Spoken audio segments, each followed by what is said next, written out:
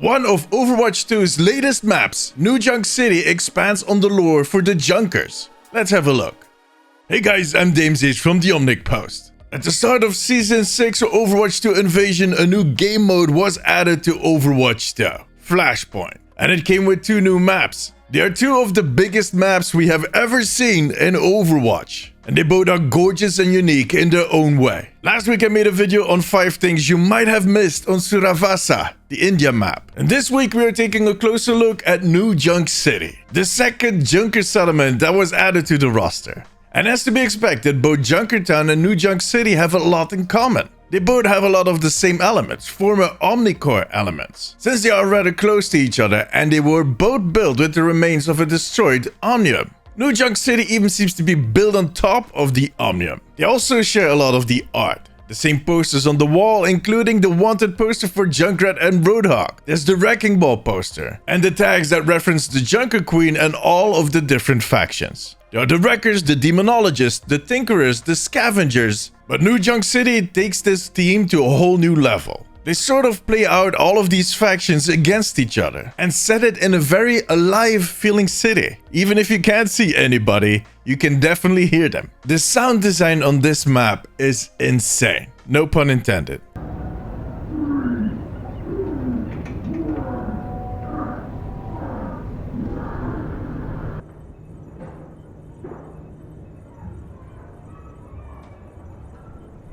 You can hear people scream, people are watching TV, there's even someone singing under their shower.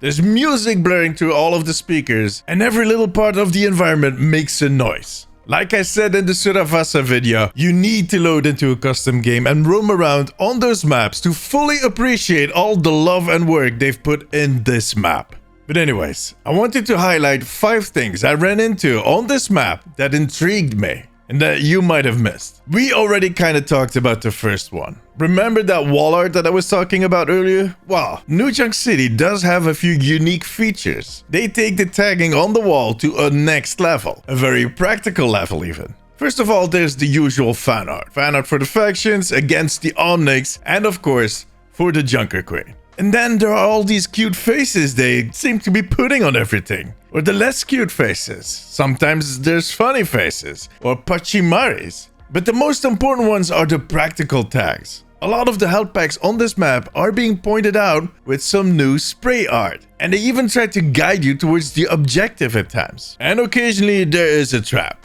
Yeah. I don't think there's a treasure under there. I wouldn't look.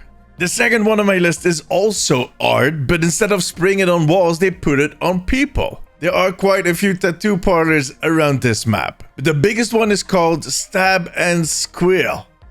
Okay, it makes sense. And I'm pretty confident that we know some of their clients. This stencil shows a part of Roadhog's tattoo. And this one, wow, this is Junkrat's tattoo. The one on his arm. The only arm he has still left. On top of that, there is this mural of what looks like a riptire. Yeah, that's definitely going to make some people flinch. Talking about Overwatch heroes. In the Hammer Mill, which is that big arena in the middle, there are portraits of a few of the contenders. And these types of portraits are always food for speculation towards new heroes. I think we all wouldn't mind another Junker hero, would we? Now, while the previous Junkers that we got to see in animated shorts, etc. were all kind of too familiar, or actually in a mech, I never felt like there was a prime candidate. But these 4 would all fit in the Overwatch roster, especially the Sword Madam, mainly because she looks like a melee hero, and the community has been asking for that for a while now. And then there's this guy, Deco Crisp, very appropriate name. He does kind of look like Genji and Junker had a baby. But what I think might be interesting about this Junker is that he uses fire. He could counter me, finally!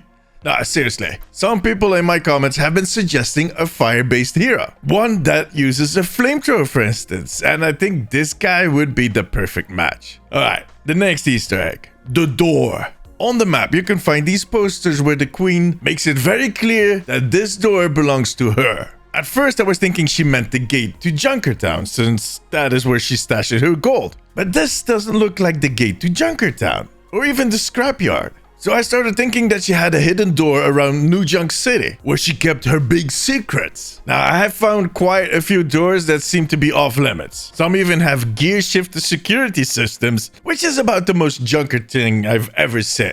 But nothing that looked like that gate on the poster. But then it dawned on me. Look, she's not talking about owning what is behind the gate. She's talking about the actual gate, which is most likely the gate to New Junk City, but we didn't get to see it. And she owns it in the sense that she is the ruler of this city and Junkertown, and that she decides who comes in and who is being kicked out. Which she did to Junkrat, Roadhog, and her predecessor Mason Hall. She just likes reminding everybody that she is in charge. Good for her. Alright, last one. Did you know that you can see Junkertown from New Junk City? You really can, but you need to look really hard. If you manage to look beyond this impressive view into the distance, you'll see a huge dome. That is the dome in Junkertown that is built over the scrapyard. If you manage to come close enough, you can see those metal studs that are also on the dome in Junkertown. Just make sure you don't get too close and fall down.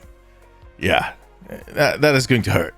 By the way, New Junk City is truly the biggest map they ever made. Look at this. That little block in the distance is the actual map, and the rest is just setting. The decor. It is impressive how big this map is. But that was it. Tell me, have you found any hidden details on this map, and which is your favorite? Let me know in the comments. Join me during my streams on twitch.tv/DamesAceTV and make sure to subscribe for more updates on Overwatch.